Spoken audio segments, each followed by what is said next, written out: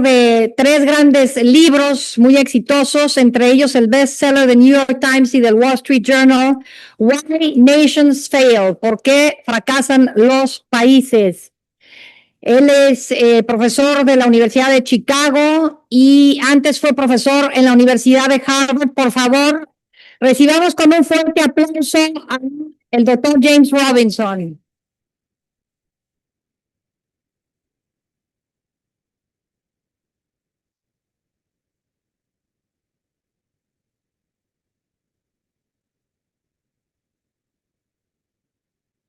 Además, lo van a acompañar como moderadores Alberto Gómez Alcalá, director corporativo de Desarrollo Institucional, Estudios Económicos y Comunicación de Grupo Financiero Citibanamex. Él es presidente de 2 fundaciones dentro del grupo de Fomento Cultural Banamex y Fomento Social Banamex. Bienvenido, Alberto Gómez Alcalá.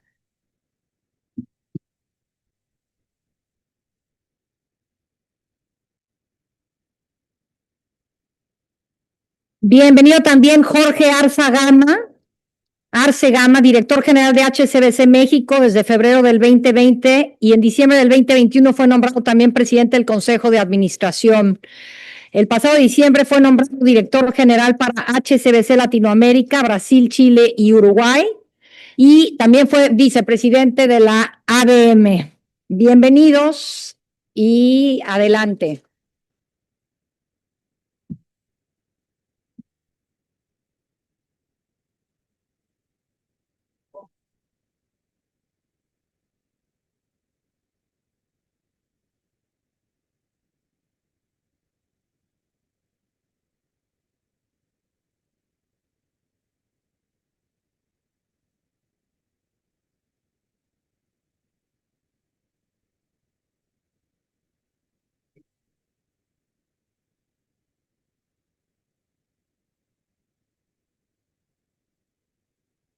Hello.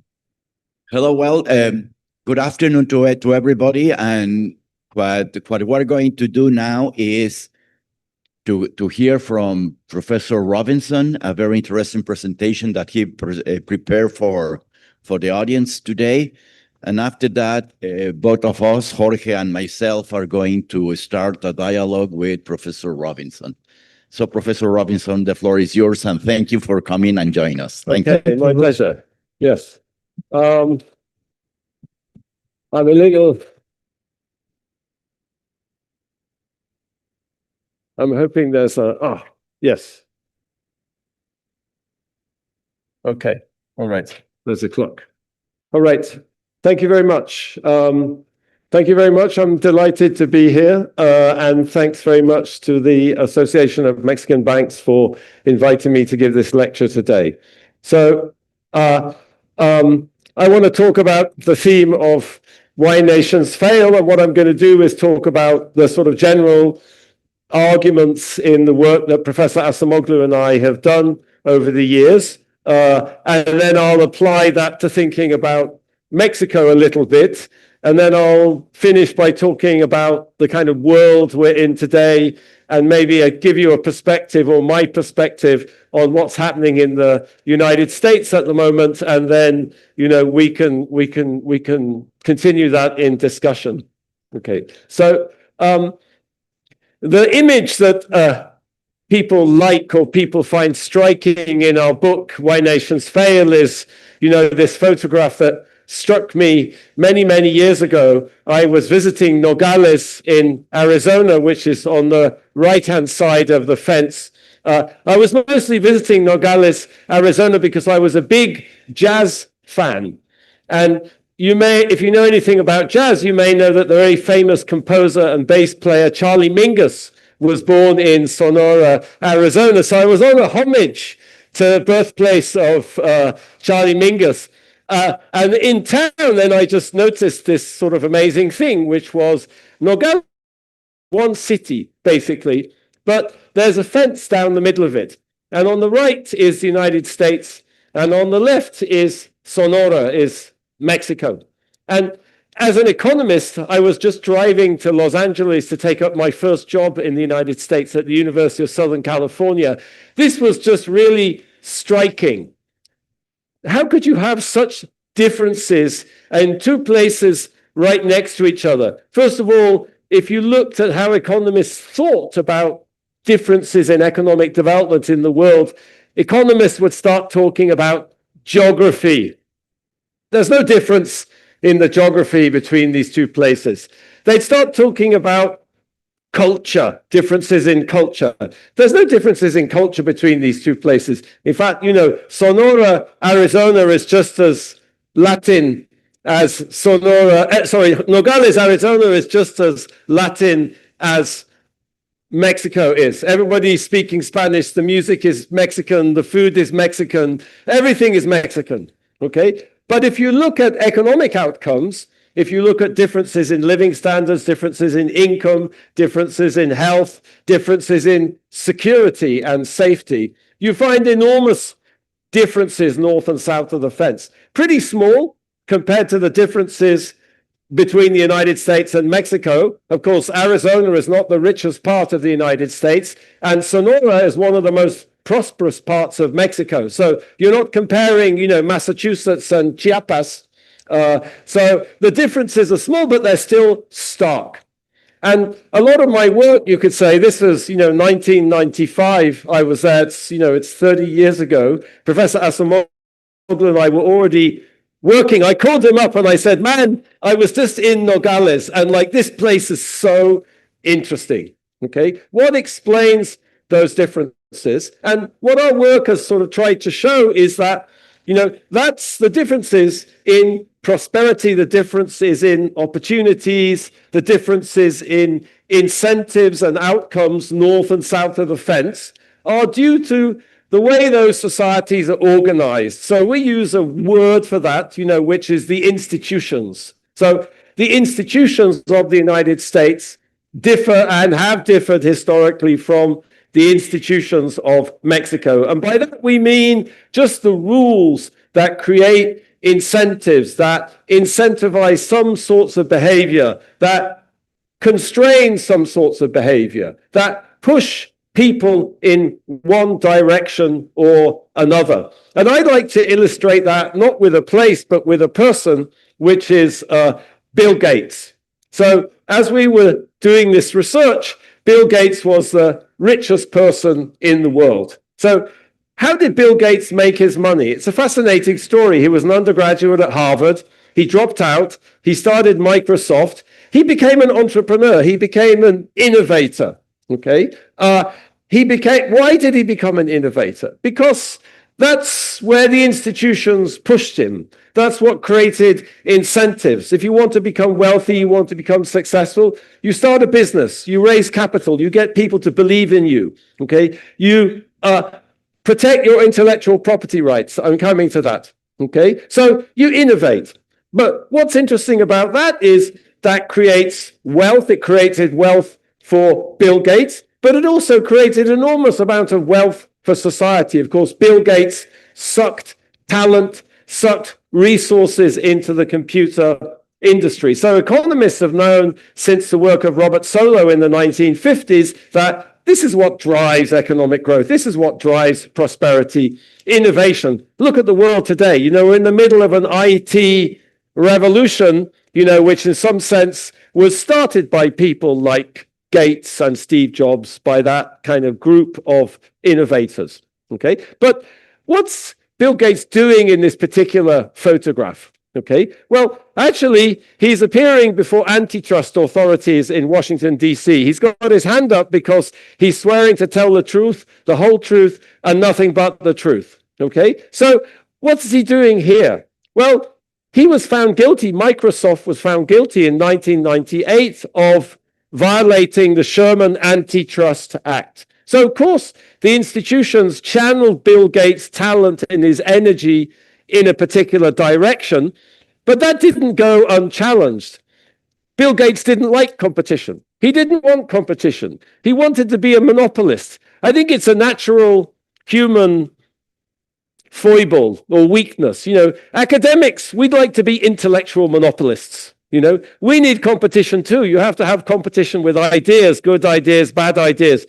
Microsoft was found guilty of trying to become a monopolist. Just as we speak, The same thing is happening to Mark Zuckerberg and Meta. They're being found guilty of violating antitrust. So institutions channel people's energies and their talent in particular directions, but institutions need to be sustained, they need to be built, they need to be enforced, okay? And that's what's going on here. And that's an old story in the United States. You know, this is, go back 100 years, that octopus is the Standard Oil Company. You can see it's got its tentacles around the Congress, it's got its tentacles around the White House. This was the great monopoly of John D. Rockefeller. It was broken up under the Sherman Antitrust Act, the same Antitrust Act that Microsoft was found guilty of violating almost 100 years later, okay? So in the book, we sort of say, okay, we start with this difference between Nogales north of the fence, Nogales south of the fence.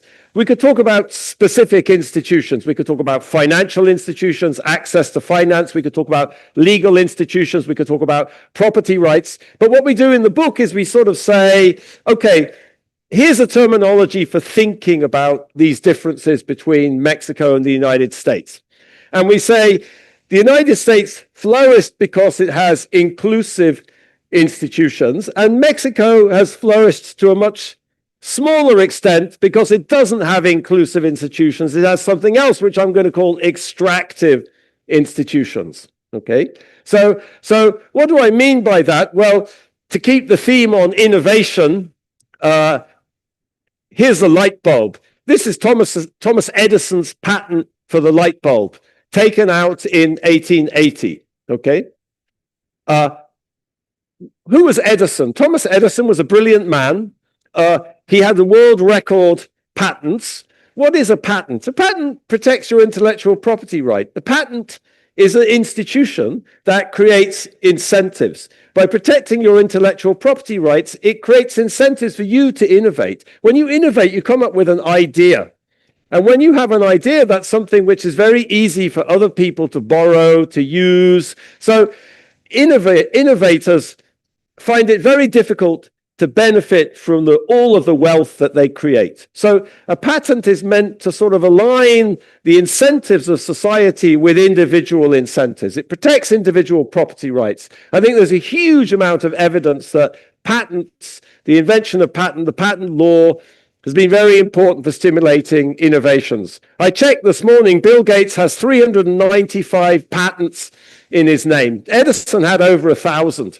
Okay, but there's something else interesting about the patent law and the patent system.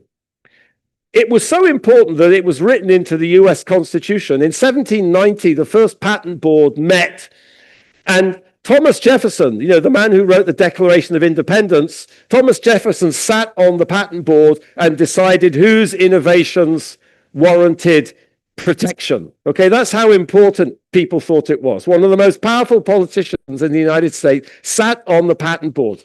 Okay, and what's interesting about the patent, and this is where the word inclusion is so important, is that if you look at the people who took out patents, like Edison, who was Edison? His father was a roofing contractor. He was a working class, poor person. He was homeschooled by his mother. He didn't go to Harvard or the University of Chicago. He was not an elite person. His family didn't have wealth. He was just a person with immense talent, drive, creativity. Okay? And that's the story, isn't it? That's the story about innovation. Any society is full of people like Edison. Okay? It's full of people with ideas, with projects, with ambition, with energy. You don't know where they are. The government doesn't know where they are. Okay? So what you have to do is you have to create a system of institutions, of rules that allows those people to come to the top, that allows those people to get finance, that allows those people to start businesses, that allows those people to have their property rights protected by the judiciary.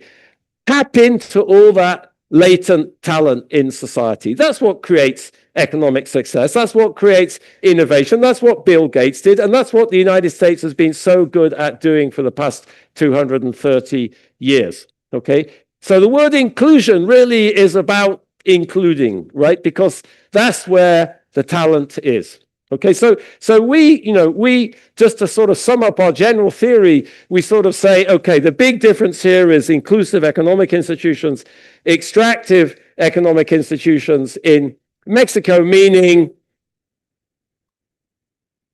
less secure property rights, meaning less level playing field, meaning less effective government regulation, less access to finance and opportunities. But in the book, what lies behind that, what lies behind inclusive and extractive institutions is politics, if you like, and political institutions. I already sort of alluded to that. I talked about, the ability of the US government to enforce antitrust law on who was then the richest person in the world, Bill Gates. You need a state with a lot of capacity to do that, okay?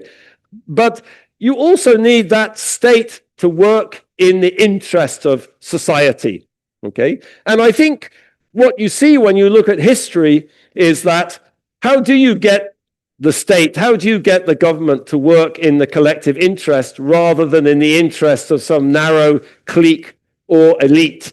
You have to have political power broadly spread. Okay, so we emphasize in the book there's two dimensions of what we call inclusive political institutions. Lying behind inclusive economic institutions are inclusive political institutions, and that means a state which has capacity to enforce the rules, to protect property rights, to make the judiciary work. But it also means those institutions have to work in the collective interest, and for that, political power has to be broadly distributed, okay? So we have a diagram to talk about this. I'm a little loath to start discussing this diagram. It's a bit academic. When we came up with this diagram, we were very excited about it. But when our editor saw it, he nearly had a heart attack. It was like, there's no way you're putting that in the book. Forget it. Like, oh, come on. No, forget it. So maybe I'll jump this is just to say, if you think about in our simple view of the world, the difference between poor countries and rich countries is poor countries have extractive economic institutions, and that's because the politics are extractive, and rich countries have inclusive economic and inclusive political institutions. And the challenge, for a country like Mexico, which is somehow in the middle of that diagram, is how do you build more inclusive political institutions? How do you build more inclusive economic institutions? How do you unlock all that latent talent in Mexican society? Okay. And so I think if you look at the history of Mexico, you see there's progress, and in the past 25, 35 years, I think you see a lot of progress towards particularly more inclusive political institutions, the democratization of Mexico, the kind of the end of the long period of PRI rule from the early 1930s.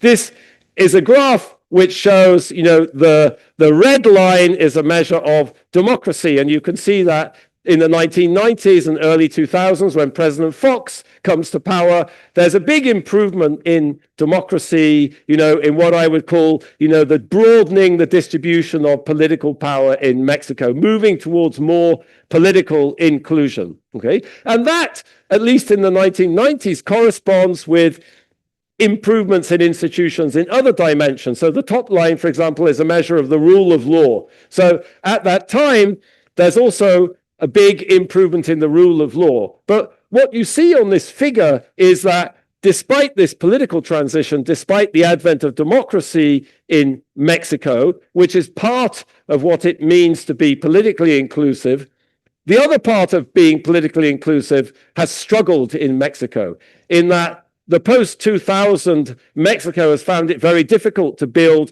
a state with capacity to really have the rule of law.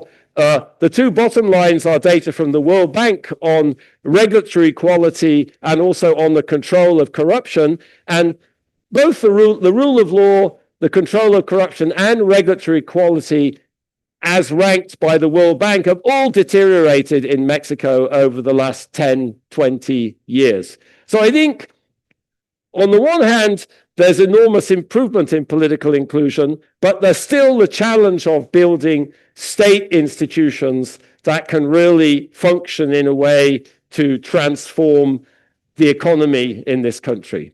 Okay, so this is just what I said. That it's clear that yes, there's been improvements, but there's a lot of challenges, especially with respect to state institutions. For example, one measure that economists use a lot to talk about the capacity of the state is the ability to raise taxes, the ability of the government to raise taxes. If you look at data from the OECD, Mexico is the worst country in the OECD at raising taxes. So this is OECD data on the share of national income that's raised as tax revenues. Mexico has been the bottom for the past 25 years. Okay, so we could take different views about taxation, but this is just one way of measuring the lack of capacity of the state.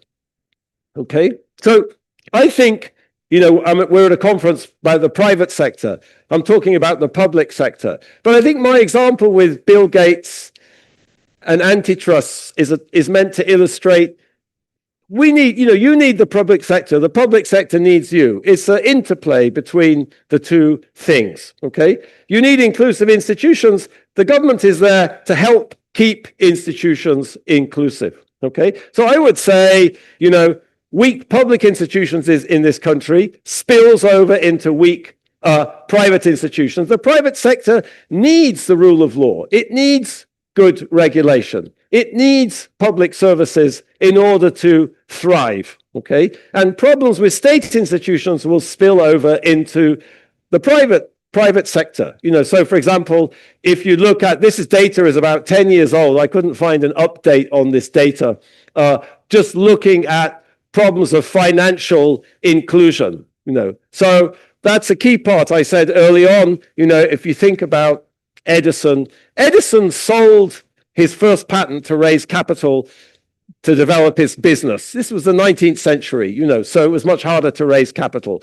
Nowadays, raising capital is crucial for all of this innovation, for AI, for all of this technological innovation. That wouldn't be happening without a very deep financial sector. So if you look at this graph, which is an index of financial inclusion, first of all, you see this extraordinary variation within the country. And you see this is an index that goes from 0 to 1. It's an aggregate of many different things, which perhaps is a bit confusing. But between 0 and 0, like down at the bottom, the bottom 10% of this index, that's where 80% of municipalities are in Mexico. I think maybe this is an even clearer way of seeing it, which is municipalities, the white municipalities are municipalities without bank branches, with no bank branch. I don't know what's going on in Oaxaca. Someone can explain to me what goes on in Oaxaca. But just this is much easier to interpret in terms of enormous variation in access to financial services. Of course,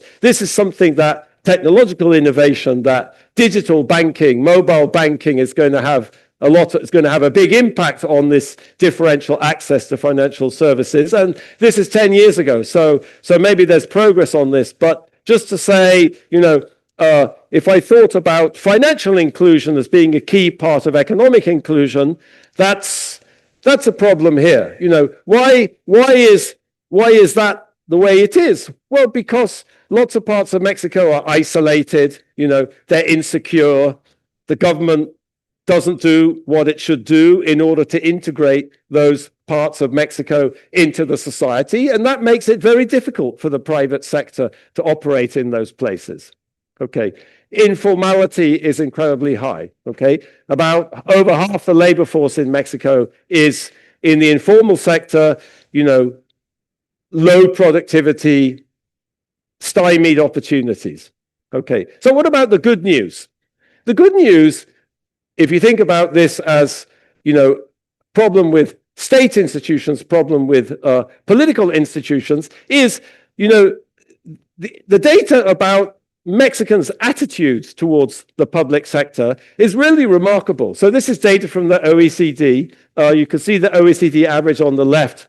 And think of the blue is, the dark blue is you trust the national government, okay? I'm going to show you some data about the United States at the moment, but think of the dark blue as being people say that they trust the national government. You can see in that basically throughout the whole of the OECD, the only countries that show higher trust in the government than Mexico are Canada and Luxembourg. Okay, so Mexico does extremely well in terms of people's trust in the government. Okay, remarkable, much better than the United States, much better than my own country, Britain, much better than the OECD average. So I showed you taxation is the worst in the OECD.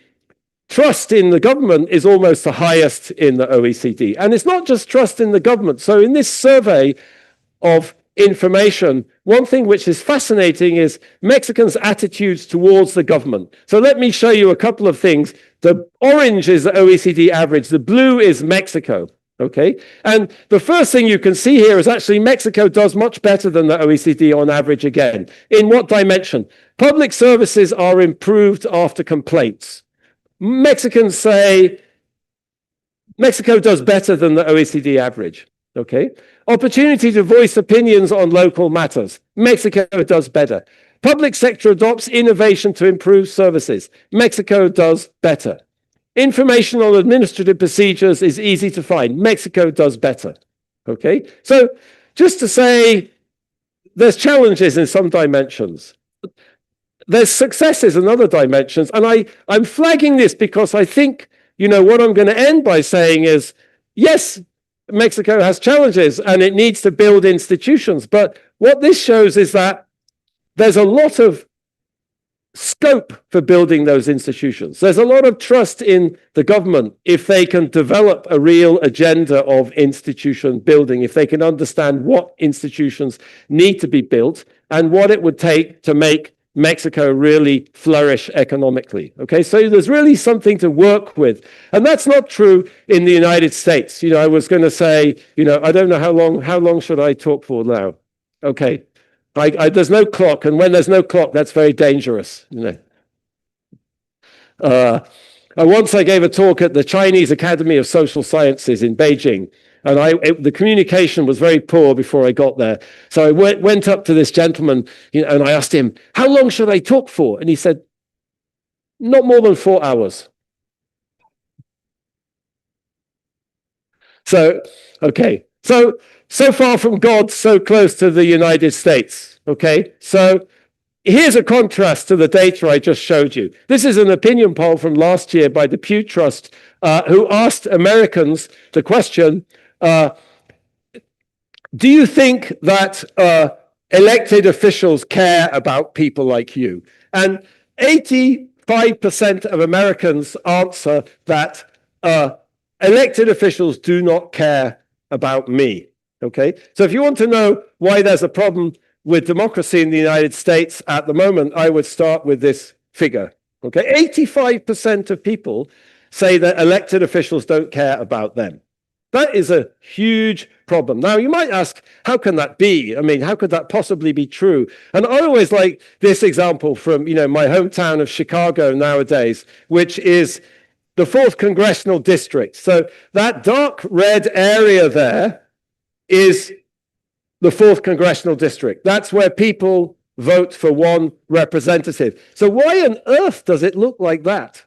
Okay, it looks like that to stop Mexican Americans electing more than one representative. That's why it looks like that. It's gerrymandered to minimize the influence of Mexican American and Hispanic American voters. Okay, so when you realize that, you're less surprised about why people are disillusioned. This is just ridiculous. It's completely ridiculous. The system is rigged in the favor of some people. Okay, of course, democracy has also failed to deliver. If you look, this is data on the wages, real hourly wages. The left-hand panel is men, the right-hand panel is women. If you look at that bottom red line, this goes back to the 1960s. It's the real wages of people who are high school dropouts. The orange is people who completed high school. So you can think of those two people as basically like people who don't have a college education. Okay, what you see from that is that the wages of those people are actually lower than they were in the 1970s. The United States has changed dramatically in the last 50 years. There's been huge technological progress, economic growth. If you don't have a college education, you haven't benefited from that at all. So shared prosperity has disappeared in the United States. Social mobility has slowed down. This is why there's so much discontent also, okay? And political elites have got completely out of touch with society. You know, this is one of my favorite cartoons of the United States. I don't know if there's a Mexican equivalent of this. You should tell me. But this is it's called The View of the World from 9th Avenue. Okay, so here's 9th Avenue at the bottom in New York City. If you haven't seen this cartoon before, you can see New York. It's grand, skyscrapers. You get across the Hudson River. What is it? Well, Chicago just about gets onto the map there, and Canada, but it's this blank kind of, it's the flyover country, what's known as the flyover country, okay? So, you know, I've never been to Oklahoma or Idaho or Iowa, or there's more conferences, there's more academic conferences in Nigeria, you know, or Puerto Vallarta than there are in Oklahoma or Iowa. So there's this polarization of society, there's this lack of understanding of these different societies, it seems to me. This is also, I think this is kind of more cultural or sociological, but it's a big part of the problem of people speaking past each other and people not understanding other people's problems, I think.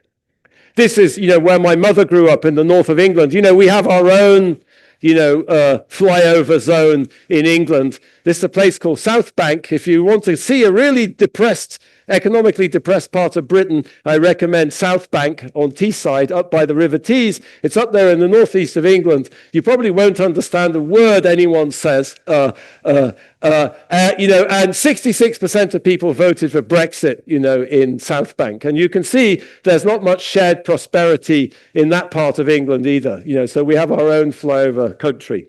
Okay, so I think, you know, to sort of wrap up, how do I think about what's going on at the moment? I think you have to think about the problems. You know, there are real problems in the United States, and not just the United States, also Britain and other parts of the Western world. President Trump is a symptom of those problems. I don't think he's the cause of those problems. He may cause other problems. He may create solutions. It's too early to tell, but I think you really have to understand that there are problems, and you have to address the problems. Okay, we can discuss whether his policies will address the problems, but I think, you know, what I would say, and you know, you could ask me questions about this. What I would say about the current government in the United States is it's a very complicated coalition. You know, if you want me to make a prediction about what I think is going to happen, I would say this is a very complicated coalition. There's libertarians like Mr. Musk. There's very kind of anti-liberal people who think that social liberalism has caused huge problems in the United States. You know, there's a big nationalist component to the coalition. So there's many different people who don't have very much in common, who are sort of kept together by President Trump's charisma and his personality. You know, he's put together a political coalition that looks very unlikely, but he's done it somehow. What do I think the consequences of that are going to be? Well, they're experimenting with all sorts of policies, like with tariffs. I don't think you'll find an economist who are going to tell you that the tariff policies are a good idea. I don't think they're a good idea, and they're not going to work. That's the most important thing. They're not going to achieve the goals that President Trump would like to achieve in terms of delivering benefits to his constituency. Okay, you know, this is just something from the New York Times about the first 100 days of the Trump administration. You can see financial markets don't believe these policies are going to be good for the private sector or the economy. And I think the financial markets are right. What do I think that's going to happen? I think President Trump is a pragmatist. He's going to see this isn't working. We declare a victory and we move on. That's what he's going to do. So that's good news.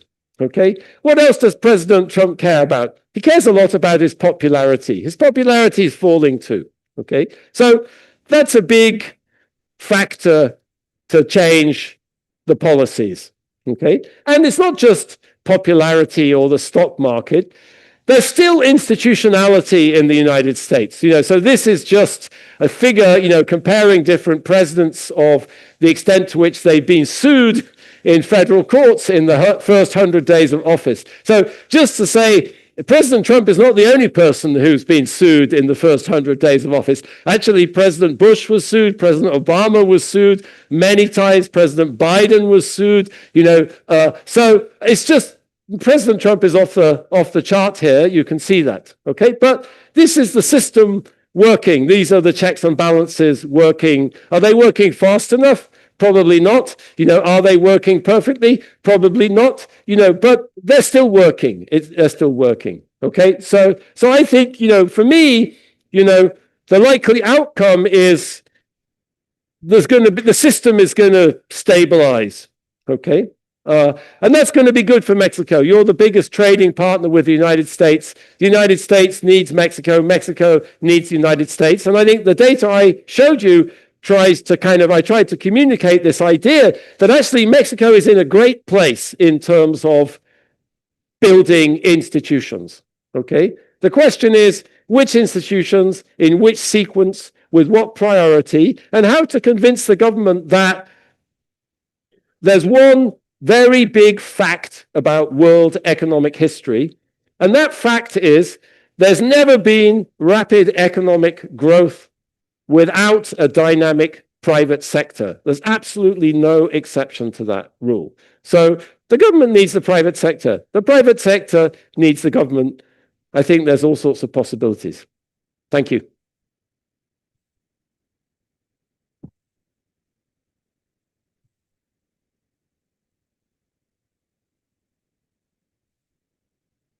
Do we have any time left? Sure.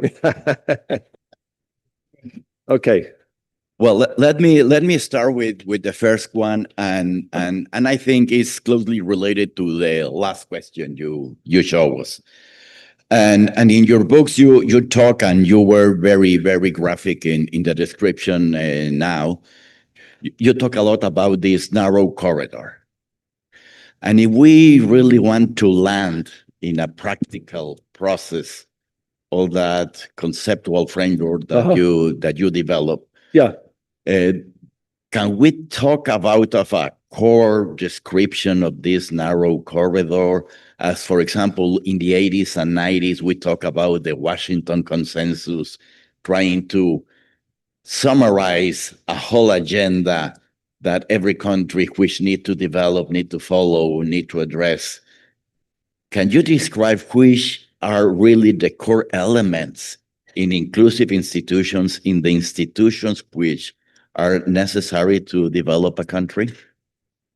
Yeah, I mean, I think from my perspective, the problem with the Washington Consensus is that, there could be all sorts of ideas in the Washington Consensus that were very important ideas, but it wasn't connected to the sort of the institutions of the society. It wasn't connected to the kind of receptivity of the society to those changes. You can't just change a society by waving a magic wand. You have to work with the society that's there, and you have to, build the society and build the institutions. So I think you have to be pragmatic in trying to understand what will work and what doesn't work. You can't just come with a shopping list and say, okay, we're going to do this, because some of it is never going to work.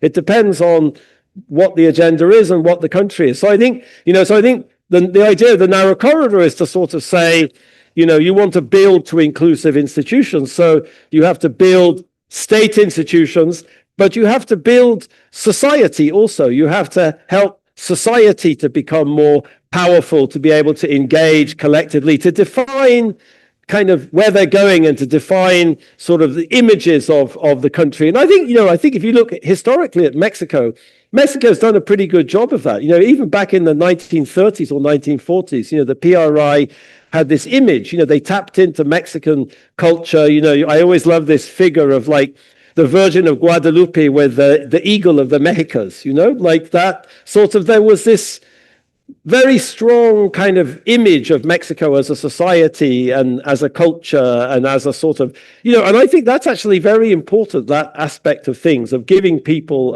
a kind of more utopian idea of where they're going. Okay, well, what do we have to do to achieve that? And how can we achieve that? So I think the narrow corridor focuses on, like, let's build society and state together. And what do we do? What do we do? Well, today I was talking about one aspect of that, which is sort of building state institutions. We need to build state institutions. We need the rule of law. We need to stop corruption. We need to kind of have an efficient regulation by society of the state. We need a kind of level playing field. So I think that's about building key institutions, without which society can't work, without which the private sector can't work. So I think, compared to the Washington Consensus, we're trying to look much more at institutions and try to think about that, how those sort of fit together.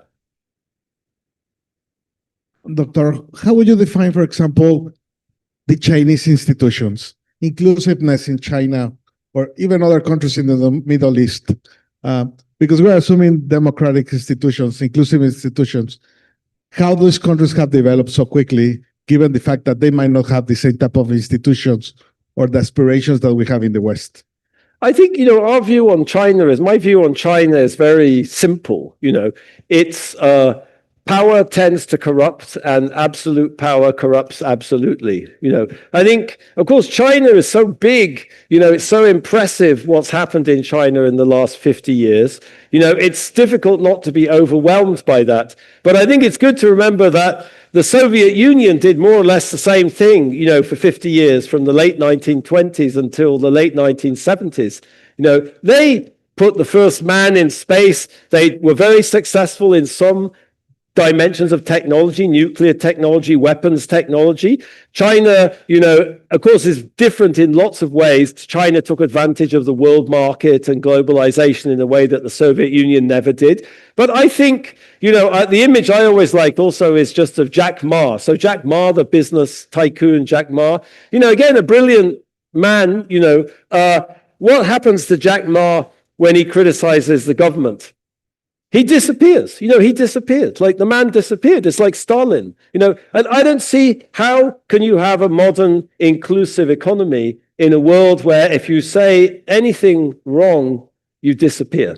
I don't think it's possible, except in a very transitory way. But despite that, the economic development has happened, and of course, fast growth. Yes, it has happened, and it did happen in the Soviet Union for 50 years and other cases like it. Think about Argentina. In 1920, Argentina was one of the 10 richest countries in the world, but it never had the political institutions to sustain that or move from exploiting the natural resources of the Pampa. What has China done? China has, expropriated other people's technology, combined it with extremely low wages and a very organized, orderly society, and taken advantage of this era of globalization. But it has to go to the next level. Of course, it's pouring huge amount of resources and energy into technological innovation, into AI. I think for me, that's a bit like the Soviets with their rockets and military weapon. And of course, AI is different. AI may have many productive applications in the private sector. So is that very different from the Soviet Union? It could be, yeah. I don't know. I would like to move to Mexico because we have a lot of questions from the audience. And we have a very strong consensus, by the way. The audience is asking about how to balance growth and redistribution. But before you answer to that very specific question, let me ask you a broader one. And I'm trying to make you an example, and I'm trying to ask you, how do you see Mexico in general in the whole description you have provided to us? Meaning, how do you see the political groups, the business, the elites in Mexico, the society? How do you see them interacting? And how do you see them in the building of the good institutions that are needed to foster growth and development? I mean, I think I guess I tend to put Mexico in the bigger picture of sort of how Latin America.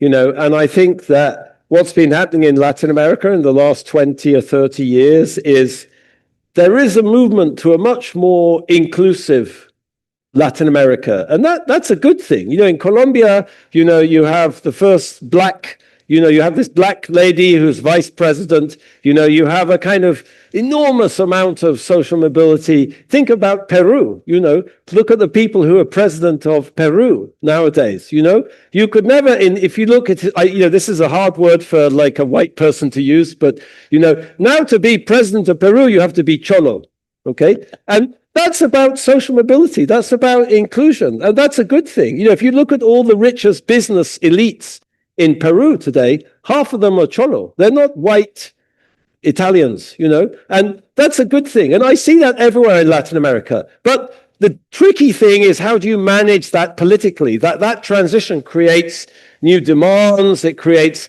aspirations, it creates expectations, and that's hard to manage. They couldn't manage it in Venezuela. You know, they find it very difficult to manage in Argentina. They can't manage it in Nicaragua. They're having a big trouble managing it in Colombia. I see Mexico managing it much better, actually. I see Mexico managing that transition much better. You know, you seem to have a president now who's a very serious woman.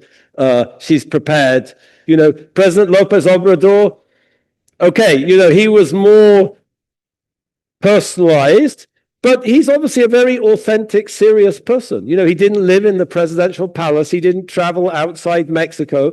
He represents something in a way maybe that no Mexican president has done before. And that's a good thing. It creates all sorts of problems, which you have to manage. But if I look around Latin America, I see Mexico managing those problems better than anywhere else. And you have all of this economic sophistication. You have this sophisticated private sector that goes back into the 19th century with very deep historical roots, you know, in Monterrey and places, you know. So I'm optimistic about Mexico, honestly.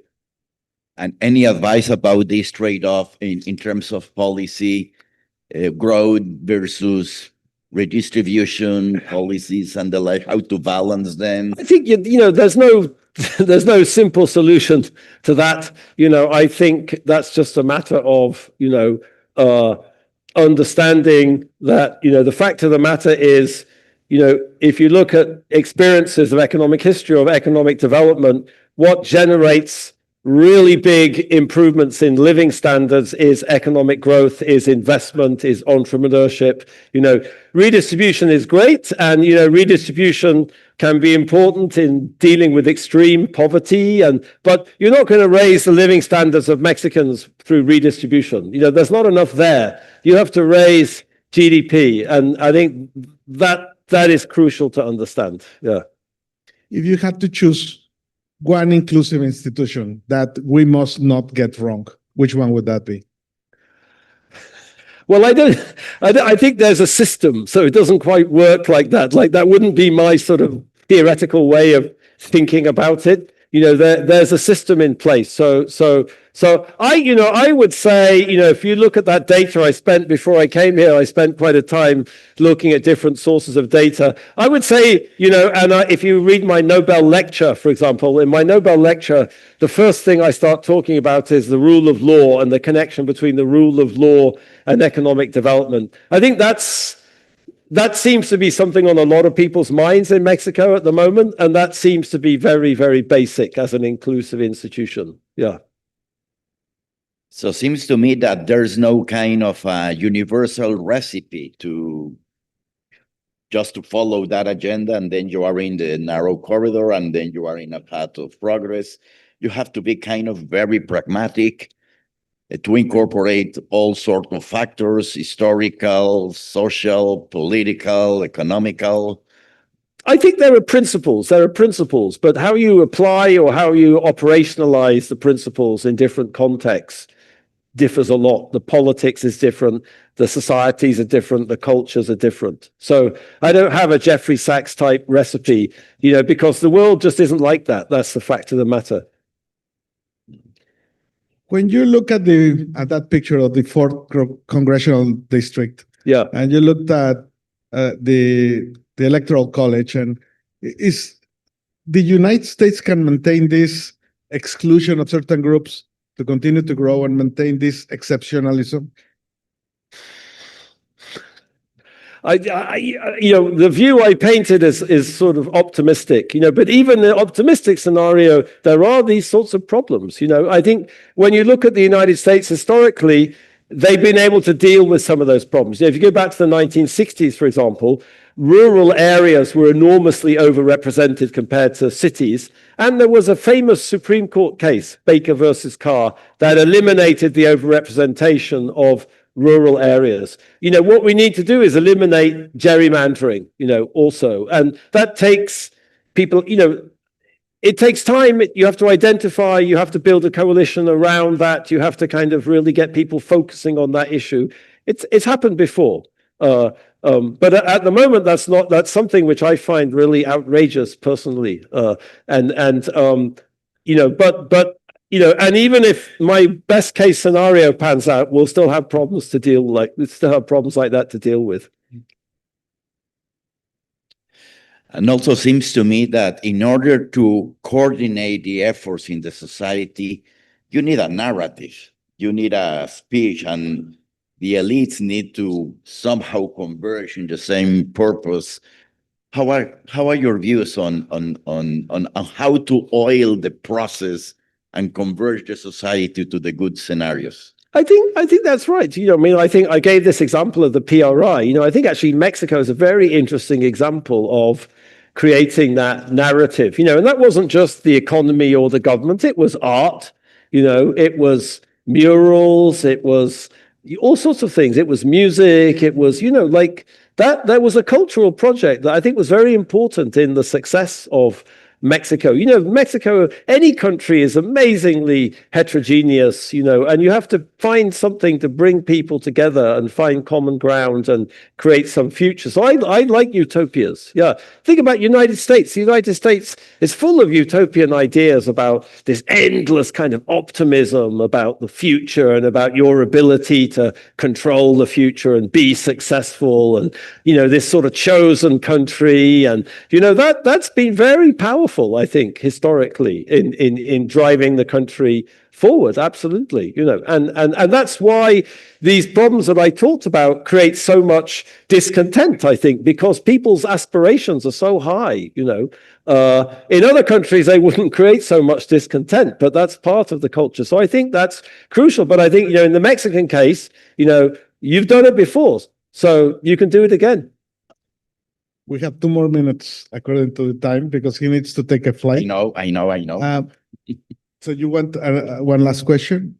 Well, I have another one. Unless Please. you have, yeah. Well, you also wrote recently.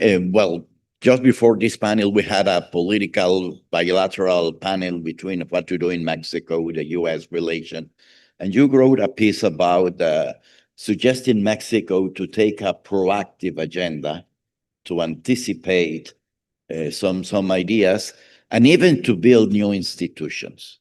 Can you elaborate a bit on what are you thinking about, how to coordinate the agenda between the two countries? I think I was just saying, take my own example, like my own, country where I grew up, England. I think many European countries at the moment are very weak. They're very weak because they don't take a proactive, they're weak fiscally.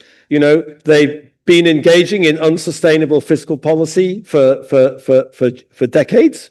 It's not wrong when President Trump says, they've been free riding off NATO. They promise to spend all this money on defense, but they don't do it. Why can they get away with that? Because the Americans protect them. So President Trump is not wrong when he says that.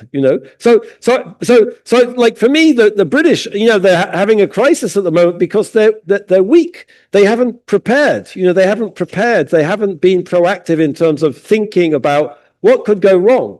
You can't run a country by just like living day to day.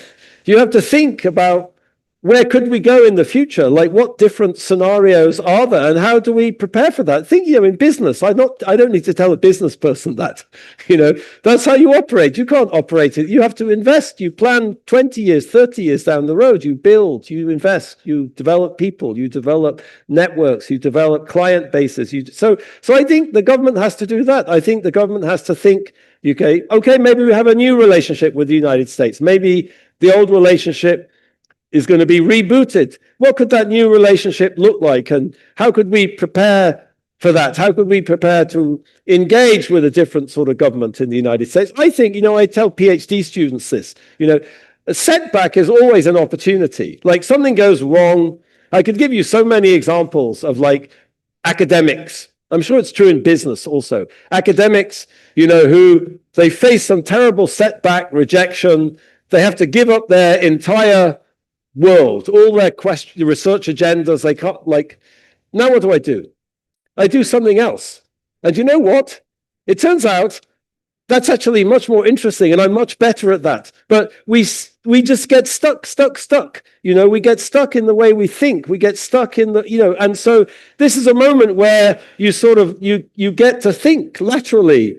Like, are we really doing this the best way? Could we do it a different way? Okay, this is really challenging, but maybe we could be exporting over here. Maybe we need to cooperate more with other Latin American countries, and we export more to Brazil or Colombia, or just like, that's a moment. That's what I meant, to kind of rethink everything. And I think, if you see, that can often make you come out of that better.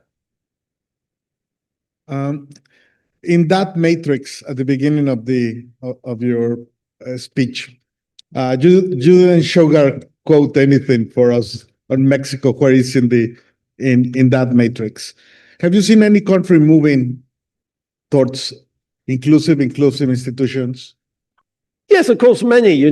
Korea is a country I love talking about, like South Korea, Taiwan. I think you've seen many countries, I think, over the kind of the 20th century, Japan, smaller countries that people don't talk about. I think Chile is an interesting example. Chile did not look like it looks today in the 1960s. You go back to the 1960s, politics was very corrupt and clientelistic in Chile. Chile wasn't born, Chile wasn't born boring, it created that, and so, and a lot of that is since the 1990s, I think, one can look historically at Chile, but I did a lot of research on Chilean politics in the 1950s and 1960s, so I can tell you it was very corrupt. It was very corrupt. And so that's a dramatic transition, I think, but Chile is a small place, it's not like Mexico, you're right where the action is. There's 40 million, you were telling me, there's 40 million Mexicans in the United States. You have so many connections, so many, think about that fence in Nogales. There's no reason whatsoever that living standards in this country couldn't be the same as the United States. We definitely are not boring. Yeah. Well, unfortunately, things to me that the time is up and you have a flight to. I'm sorry, catch. yes. Let me thank you once again. Thank you very much. We're very honored to having you here, and let's hope that you visit us more frequently and please help us to build the good institutions we need to build in order to have the progress we need to have. My pleasure. Thank you very much. And Thank please, you.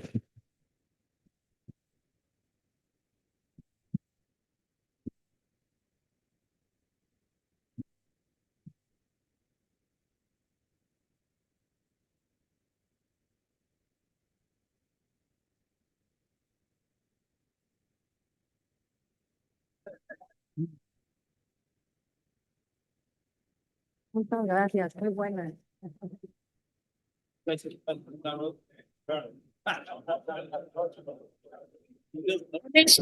Concluye la serie de conferencias en esta 88ª Convención Bancaria, la banca y su aportación al desarrollo de México. Muchísimas gracias a Jorge Arce, Alberto Gómez y al Premio Nobel James Robinson. Ahorita van a quitar las sillas de hasta enfrente y acomodarlas acá para la clausura. Me dicen que no va a haber receso. Vamos a ir directo a la clausura en estos momentos. Para arrancar puntuales a las 13:45.